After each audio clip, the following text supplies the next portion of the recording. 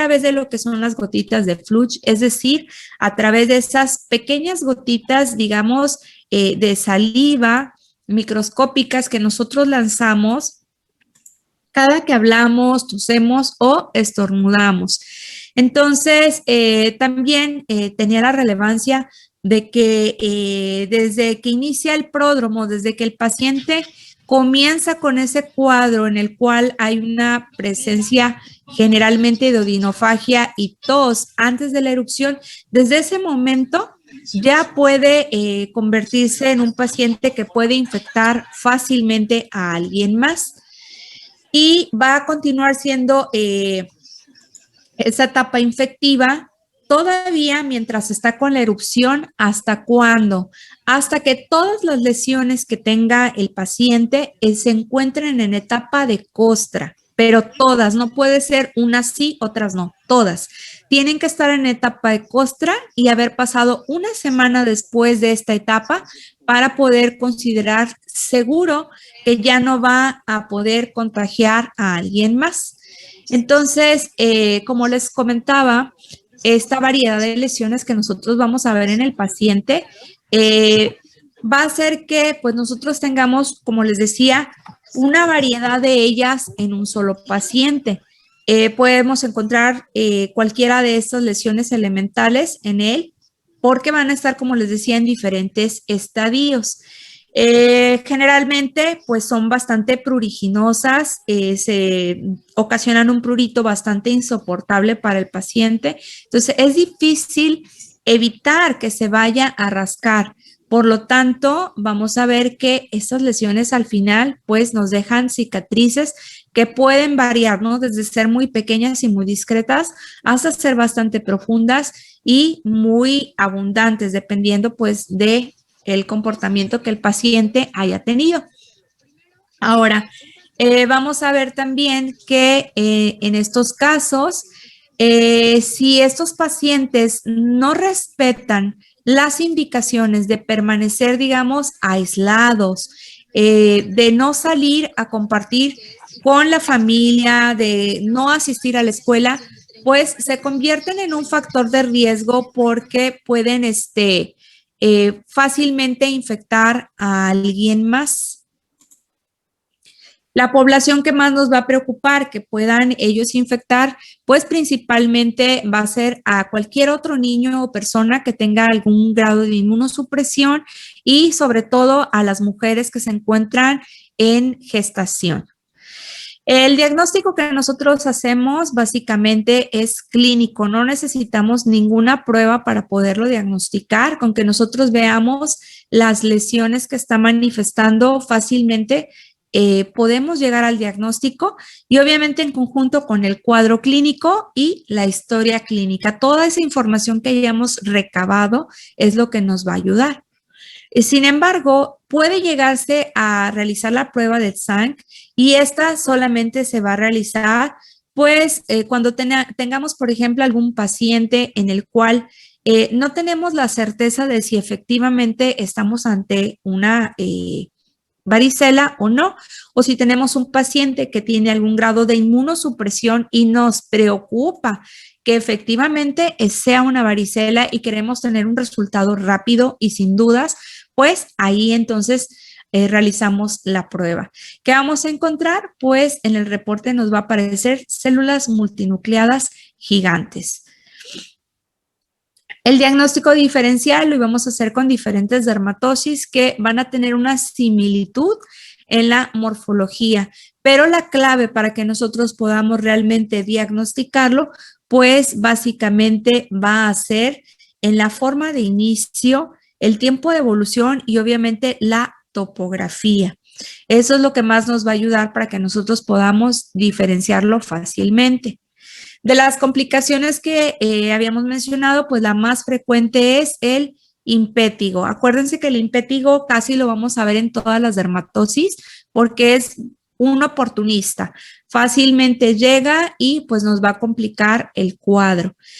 La complicación más grave que se va a presentar en adultos, pues es la neumonía. Entonces, si en el examen les pregunto cuál es la complicación más grave de la varicela, pues ya saben que es la neumonía. Si pregunto cuál es la complicación más frecuente, pues es el impétigo. ¿Ok? Y bueno, el tratamiento básicamente pues va enfocado a lo que son medidas generales y a lo que es el cuadro sintomatológico. Acuérdense que como es un virus, podemos dar algunos antirretrovirales que nos van a ayudar a autolimitar la manifestación, más no lo vamos a poder cortar y decir, aquí lo estamos eliminando. ¿Por qué? Porque pues es un virus. En las medidas generales, principalmente se recomienda mantener al paciente bien hidratado, bien alimentado, pero sobre todo hacemos hincapié en la ingesta de líquidos porque la mayoría de estos pacientes generalmente son niños, son en edades tempranas, están chiquitos y se sienten realmente mal. Tienen malestar general, aparte que desde el pródromo ya empiezan a manifestar una sensación, como decíamos, de odinofagia, tos, malestar en la garganta, y pues eso hace que el paciente pues no tenga apetito. Entonces, básicamente hay que tranquilizar a los papás en estos casos y decirle que pues que lo mantengan hidratado y conforme el niño vaya pidiendo, pues hay que irle dando. Podemos indicar, por ejemplo, alimentos blandos como lo que es gelatina, algún tipo, por ejemplo, de caldos o sopitas que el niño pueda tolerar. A veces es también el rechazo al alimento porque pues llegan a presentar lo que es propiamente el enantema. Entonces, en esos casos, pues obviamente se hace mucho más difícil para el paciente poder deglutir porque les molesta demasiado. Entonces, por eso es que se hace el hincapié al hecho de que se haga una abundante ingesta de líquidos. En cuanto a lo que es la sintomatología, básicamente vamos a manejar analgésicos para controlar el malestar que pueda estar presentando el paciente, pero el principal problema que vamos a tener, pues, es el prurito. Eso es lo que más les va a desesperar, lo que más les va a causar molestia y los va a tener bastante irritables. Regularmente estos niños, pues, lloran mucho, se desesperan bastante porque hay veces que la erupción que están teniendo pues es generalizada. Entonces imagínense estar sintiendo esa sensación de prurito intenso que no se quita, pues es bastante molesto. Generalmente podemos manejar lo que es la loratadina y si queremos utilizar de forma tópica puede ser alguna loción de calamina, el famoso Caladril, que por ahí yo creo que si a ustedes les tocó a lo mejor que les haya dado varicela de chiquitos, pues es muy común que las mamás pues fácilmente la compran a la farmacia y pues nos las aplican, ¿verdad? Y ahí andaban todos color de rosa o color de blanco, dependiendo de cuál solución de calamina compren. Y pues es lo que ayuda al prurito. Se pueden colocar también incluso compresas que sean frescas, que sean húmedas, que pueden utilizarse con lo que son los baños coloides para ayudar a que esa compresa fresca o fría pues nos ayude a que disminuya un poco la sensación de malestar en la piel. Vamos a ver que también se puede llegar a indicar lo que es, por ejemplo, pues cualquiera de los antirretrovirales, por ejemplo, como lo que es, el aciclovir, el fanciclovir, y podemos llegar a indicarlos en las primeras etapas. Una vez que nosotros empezamos a ver que inicia el brote, pues podemos indicarlo para tratar de, como les decía, autolimitar y que pues la erupción no vaya a ser tan importante. Sobre todo en lo que son en los pacientes que tengan algún grado de inmunosupresión, pues es en los que tenemos que tener mayor cuidado porque sabemos que en esto se nos puede manifestar de una forma tan agresiva, ¿verdad? Y darnos un cuadro bastante grave.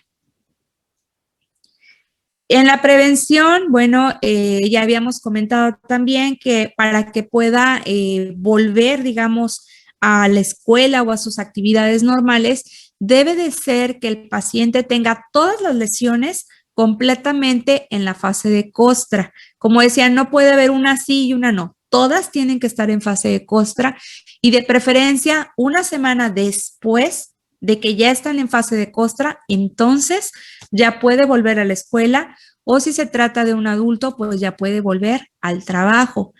Hay que hacer mucho hincapié en, sobre todo en la familia. En este caso, la mayoría de las veces, pues es a las mamás, porque las mamás son las que llevamos a los niños a las consultas y explicarles que el hecho de que no van a asistir a la escuela, que no van a asistir a la guardería y no van a estar en esas actividades regulares, no significa que están de vacaciones.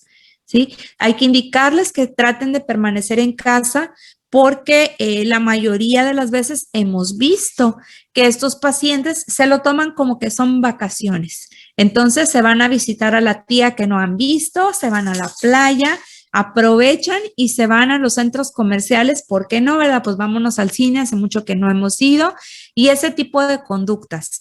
Entonces, lo que queremos es evitar que anden afuera y que puedan contagiar, por ejemplo, a una mujer que se encuentre en estado de gestación o alguna persona que tenga algún grado de inmunosupresión.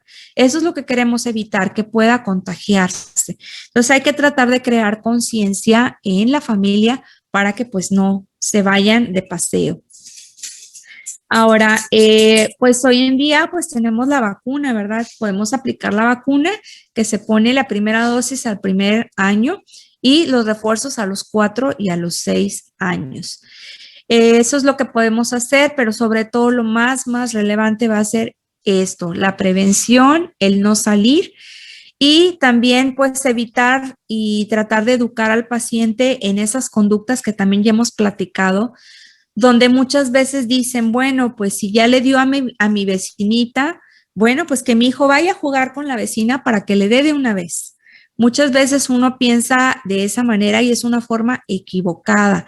¿Por qué? Porque obviamente lo que queremos es prevenir que suceda. No queremos que te infectes. Entonces, obviamente la mejor opción va a ser esta, pero pues no exponerlos. Sabemos que una vez que tú ya te infectaste, que ya te dio varicela, pues el virus de la varicela zoster lo que va a hacer es que después de haberte dado todas estas manifestaciones, va a quedarse de forma latente en una de las raíces nerviosas. Y en un futuro, más adelante, cuando tengamos quizás mucho estrés, nuestro sistema autoinmune se encuentre deprimido, pues quizás sea el momento ideal en el cual el virus de la varicela que está ahí latente pueda reaparecer. Y cuando eso suceda, nos va a dar la manifestación como un herpes zóster. Entonces, vamos a ver aquí que nuestra preocupación pues va a estar enfocada a no hacer daño a alguien más. Entonces, nos preocupa muchísimo que tengan contacto con una mujer en estado de gestación. ¿Por qué? Por las afectaciones que puede llegar a tener hacia lo que es el producto. Vamos a ver que dependiendo de en qué trimestre pueda tener la exposición, pues es el resultado que vamos a tener en el producto. Si es en el primer trimestre, generalmente se va a presentar lo que es el síndrome de varicela congénita. Y este ocurre, ¿por qué? Porque en las primeras semanas de la gestación, pues tenemos el periodo de la organogénesis. Entonces, en ese periodo, pues si llega a haber este contacto, va a generar que haya malformaciones bastante graves en el producto, incluso puede llegar a ocasionar que este producto muera. Si ocurre durante el segundo trimestre, pues bueno, ya no va a haber alteraciones propiamente sobre el producto, porque ya la etapa de la organogénesis, pues ya pasó. Pero, sin embargo, el tener el contacto con el virus va a hacer que este virus permanezca en una fase latente en el producto y que más adelante, ya después de que haya nacido, pues vaya a manifestar propiamente un herpes zóster.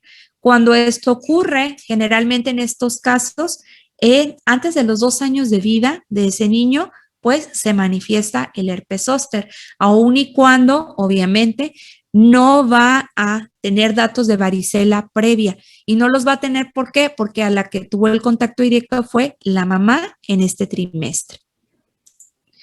Si ocurre durante el tercer trimestre, podemos tener como resultado lo que es varicela neonatal.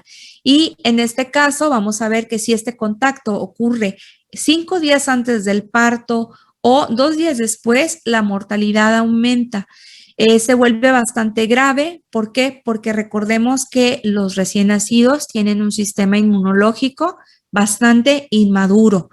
Entonces, al tener el contacto directo en esta última semana antes del parto, no permite que haya la formación de anticuerpos como para que la mamá se los pueda transmitir al producto y que de esa manera, al momento de nacer, pues el bebé tenga esos anticuerpos. Entonces, como no hay tiempo de generarlos, pues obviamente se vuelve bastante agresiva contra el bebé por esa inmadurez del sistema inmunológico.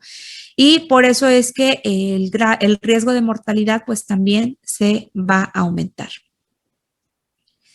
En el síndrome de la varicela congénita, como les decía, como ocurre en la etapa de la organogénesis, pues, ¿qué es lo que va a empezar a generar? Pues que haya una hipoplasia, que no haya un buen desarrollo de las zonas que vaya a afectar.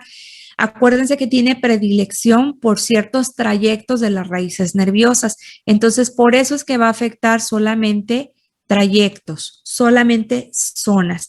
Y pues dependiendo en qué punto de la organogénesis ocurra y qué tan agresiva haya sido la infección que la mamá esté presentando, pues es el resultado que va a tener el bebé. El más grave es que pueda morir el bebé por lo mismo, por las malformaciones que haya generado. Puede ser desde tan leve como que solamente llegue a presentar cicatrices en el trayecto de la raíz nerviosa, o que pueda ya afectar propiamente lo que es el sistema nervioso central o generar daño ocular. Entonces, es bastante grave y por eso es que tenemos que crear conciencia, sobre todo en esas mamás, y ustedes lo van a ver que es muy común que no les importa afectar a alguien más. Entonces, es nuestro trabajo como médicos de primer contacto crear esa conciencia y evitar que ocurran estas situaciones. Perdón. En el caso del herpes zóster, como les decía, tanto si fue porque en el periodo de la gestación hubo el contacto o en una persona adulta, es porque ya hubo un contacto previo con el virus de la varicela. ¿Sí? Si es en una persona adulta, primero cursas con varicela, eso es el primer paso, cursas con varicela y luego durante el resto de tu vida el virus está latente en la raíz nerviosa y no va a manifestarse, no va a salir hasta cuándo, hasta que haya un punto en el cual se pueda reactivar y entonces se manifieste como herpes zóster. Ahora, no a todos los que ya hemos padecido varicela, ¿verdad? Pues no, se nos reactiva y nos aparece el herpes zóster. Hay quienes pues nunca se les vuelve a reactivar, pero sí ocurre. ¿En quienes lo hemos visto más frecuentemente que se pueda reactivar? Pues generalmente ya son personas mayores que tienen algún tipo de inmunosupresión. Puede llegar a ser, por ejemplo, un paciente con diabetes, por ejemplo, y esos pacientes, pues la llegan a manifestar. Si fuese un niño, como decíamos, porque la mamá tuvo contacto durante la gestación, en los primeros 2 años de vida, generalmente lo va a manifestar, pero pues no va a tener varicela, simplemente va a manifestar herpes zóster. Ahora, cuando el paciente tiene la erupción de la varicela, si ustedes exploran al paciente, vamos a decir que ustedes revisan, digamos, todo el tronco, muchas de las veces ustedes se van a dar cuenta que a pesar de que hay muchas lesiones en todo el cuerpo, va a haber un sitio donde predomina más. A lo mejor van a ver todo lleno, pero hay un lugarcito donde están como más amontonadas o más juntas las lesiones. Eso nos da una pista a nosotros para saber que ese sitio donde hay más cantidad de lesiones es el que se encuentra más cercano a la raíz nerviosa o al trayecto nervioso donde el virus va a irse a quedar en forma latente. Y quiere decir que justo esa zona donde veamos mayor erupción, es muy probable que esa sea justamente cuando se vuelva a reactivar y de herpes zóster, sea el sitio donde nosotros lo vamos a ver aparecer. Entonces, vamos a ver que mande. Paola. Doctora, yo ahora que tuve al bebé me pareció, me tuve como un sarpullido en el área de la fosa ilíaca izquierda. Cuando fui a consultar, me dijeron que podía ser el herpes zóster. No, realmente no supimos si era o no era, porque no se me expandió, solamente fue limitado. Entonces, me dijeron que podía usar una crema, pero opté por no hacer nada, solamente mantenerlo en vigilancia para ver si no se expandía. No se expandió, pero yo creo que sí más o menos como de 2 a 3 semanas tardé para que desapareciera. ¿Y te causaba molestia o No, solamente ninguna? solo nada, ni comezón, ni dolor, nada, solamente apareció. Probablemente entonces no era, porque el herpes zóster siempre va a dar un dolor que es quemante, es urente. Y ¿sabes por qué lo da el dolor?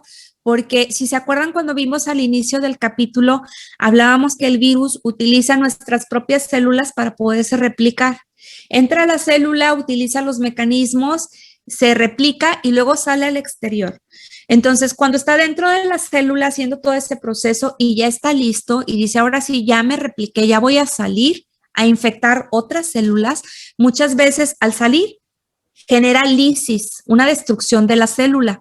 Hay veces que no propiamente destruye todas las células y logra salir, pero en ese proceso sí daña células. Entonces, ese daño celular ocasiona una inflamación del nervio.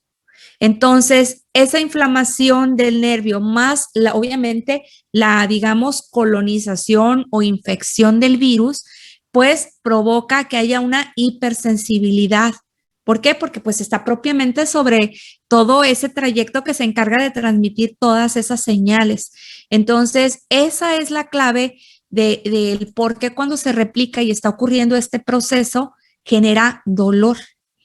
Entonces, siempre que hay herpes zóster, como es en una raíz nerviosa, va a generar dolor y es un dolor intenso, urente y quemante. Esa es la clave para que nosotros podamos diferenciar. Si no hay dolor quemante, urente, intenso, aunque se encuentre en un trayecto, generalmente puede que no sea herpes zóster, puede que se parezca, pero no lo es. Eh, ¿Cómo vamos a saber? Pues primero que nada que tengas el antecedente, obviamente, de haber padecido varicela en alguna etapa de tu vida. Segunda, si tienes la característica, porque en tu caso, Paola, pues dices, bueno, pues yo estaba en periodo de gestación, lo cual automáticamente te hace ser un paciente que se considera inmunosuprimido, ¿verdad? Por el mismo proceso de la gestación. Tu sistema inmunológico pues no está igual, no está al 100 que en una persona que no está en un periodo de gestación. ¿Qué pudo haber sido? Habría ahora sí que investigar, habría que ver bien, como dices tú, la evolución coincide un tanto, como dices tú, que fue un solo trayecto, que simplemente apareció, que te tardó 2 a 3 semanas, todo pareciera indicar. Está dudoso en el sentido de que no hay ese cuadro del dolor quemante y dolor urente. Sin embargo, hay otro factor y eso es el umbral de cada persona. Entonces, puede ser, ¿verdad? Sí, como dices tú, no supimos exactamente qué fue, te quedó la duda. Ojalá, por un lado, ¿verdad? Y si ese fue, qué padre, porque ya regularmente cuando ya te dio la reactivación y te dio herpes zóster, solamente te da una vez en tu vida y se acabó. O sea, ya no te vuelve a reactivarse y volver a salir. Usualmente es una vez. Y quienes ya les ha dado, digo, a mí no me ha tocado, pero quienes les ha tocado que les da esta manifestación, se quejan de un dolor que dicen que es horrible, que es muy, muy intenso el dolor quemante y que es muy molesto. No los deja ni dormir, no se pueden ni acomodar. Entonces, sí está curioso, ¿verdad? Que te haya parecido. Habría que hacer ahora sí el diagnóstico diferencial. ¿Qué tipo de lesiones? Si realmente el trayecto como te apareció puede ser todo el trayecto de un dermatoma o no, porque regularmente la distribución va a ser en el dermatoma. Entonces, si es, por ejemplo, intercostal, generalmente va a iniciar de la zona external hacia la zona de la columna. Generalmente inicia la erupción como digamos, en contra, por decir, si la raíz nerviosa está en la columna, usualmente ves la manifestación en la piel que inicia del sitio distal al sitio proximal, pero recorre el trayecto del dermatoma.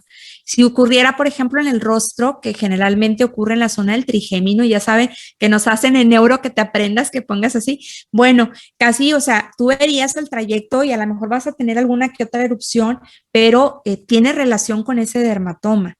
Entonces, habría que ver si efectivamente sí te aparecía como un dermatoma y bueno, serías una afortunada de decir, pues a mí no me molestó, fue algo que evolucionó y casi asintomático. Pero sí, sí está curioso tu caso. ¿Tomaste fotos? Me parece que sí, las voy a buscar y si las encuentro se las envío.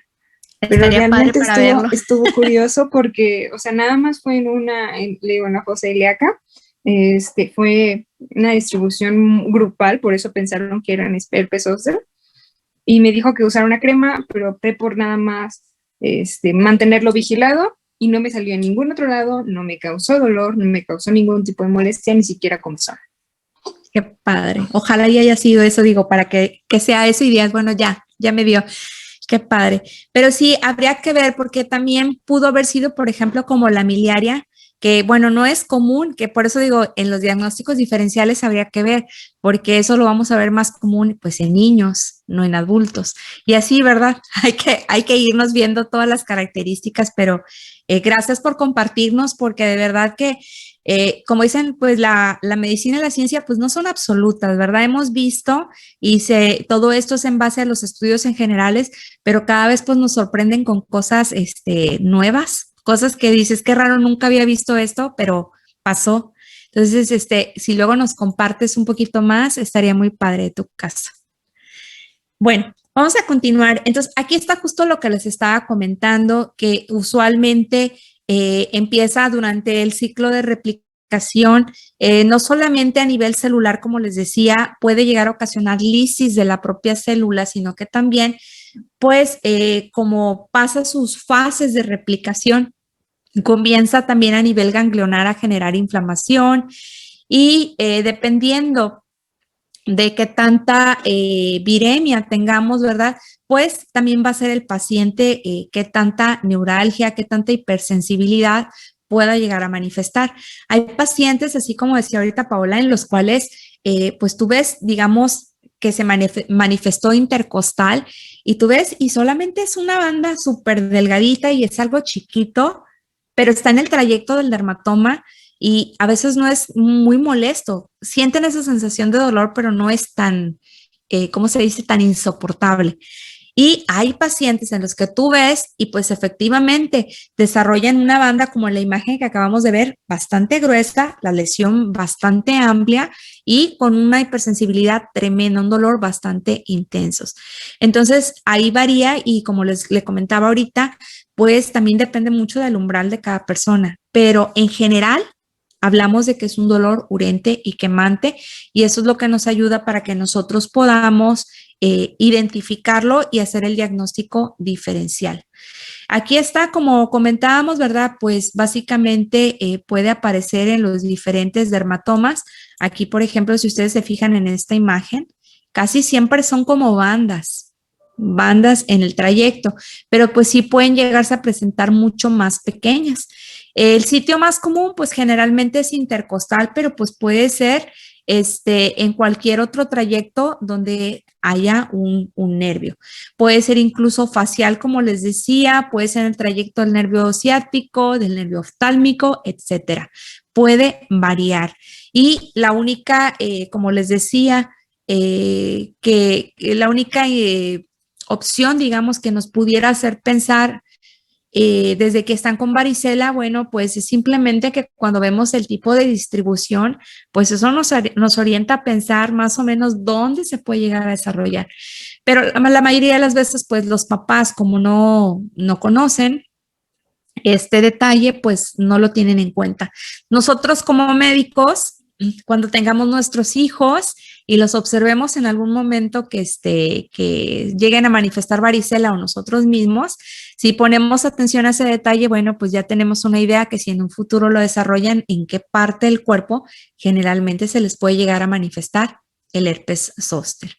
Como les digo aquí, generalmente es el dolor urente, dolor quemante, intenso, y que la mayoría de las veces tú le das un analgésico regular y pues no mejora. El dolor, la mayoría comentan que es muy, muy intenso y no les permite ni siquiera pues descansar ni estar bien, no están a gusto porque se sienten muy incómodos.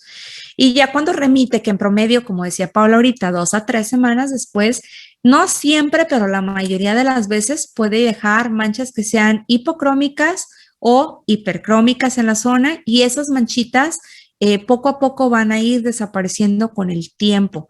Pero básicamente esto es lo que más refieren, el dolor. Ahora, hay veces que aún después de que ya remitió el cuadro, de que pues ya pasó esta etapa, todavía después manifiestan todavía continuar con ese dolor por meses. Hay personas que hasta por años. Y ese dolor o esa neuralgia postherpética pues va a depender nuevamente del daño que el virus haya ocasionado en ese trayecto de toda la raíz nerviosa. Vamos a ver también, como les decía, que generalmente en la zona o cercana al trayecto del nervio que están afectando, pues es donde vemos la acumulación de estas lesiones, y vamos a ver que siguen un trayecto. Generalmente son como si fueran bandas o líneas, tiende a ser la distribución lineal. Eso es lo que nosotros vamos a encontrar.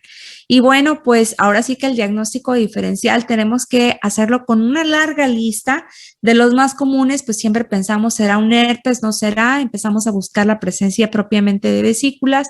Pensamos si no será un eritema multiforme, una dermatosis, un prurigo, un eczema. Todo esto pues tenemos que investigar pues si hay prurito en la zona, si está acompañado de eritema, si hay dolor, si hay ardor, si hay alguna otra lesión, si aparecieron de la nada, si hay antecedentes como en este caso de varicela o no los hay, si está tomando algún otro medicamento que pudo haber sido el que ocasionó la reacción, si hubo la picadura de algún insecto, por ejemplo, si tienes alguna enfermedad autoinmune, etcétera. Entonces vamos a empezar a investigar con, ya saben, historia clínica, cuadro clínico, para poder nosotros empezar a eliminar opciones y poder llegar a pensar si es o no es. Generalmente, como digo, la clave es el dolor. Usualmente es el dolor urente, y que la topografía tenga que ver con la distribución precisamente, como decíamos, del dermatoma. Y bueno, pues el tratamiento va a variar. Regularmente estamos hablando de que lo que ocasiona principalmente es dolor. Es un dolor, como decíamos, urente y quemante, es un dolor neurítico, y muchas de las veces el tratamiento disponible no ocasiona una mejoría. La mayoría de las veces, aunque tú le des el tratamiento, el dolor persiste, solamente mejora. No se quita, pero mejora.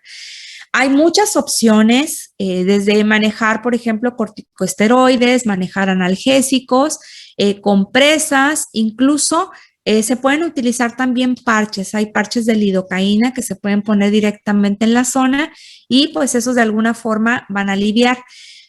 ¿Por qué no van a quitar completamente el dolor? Bueno, pues porque recordemos que el nervio, en este caso, está dañado, está lesionado en algunos trayectos por esa lisis celular que ocasionó el virus, está inflamado, está ahorita en un proceso en el cual pues hay una hiperalgesia por lo mismo, como resultado de todo lo que está ocurriendo. Entonces, pues es el encargado de transmitirnos esas sensaciones, y si está dañado, pues obviamente difícilmente va a responder ante estos fármacos que podamos ofrecer. Sin embargo, sí van a dar mejoría.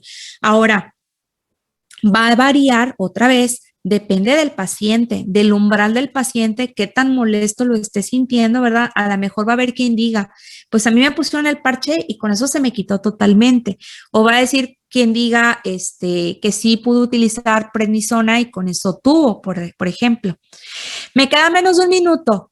Regresamos antes de que se nos vaya a cerrar. Aquí los veo enseguida.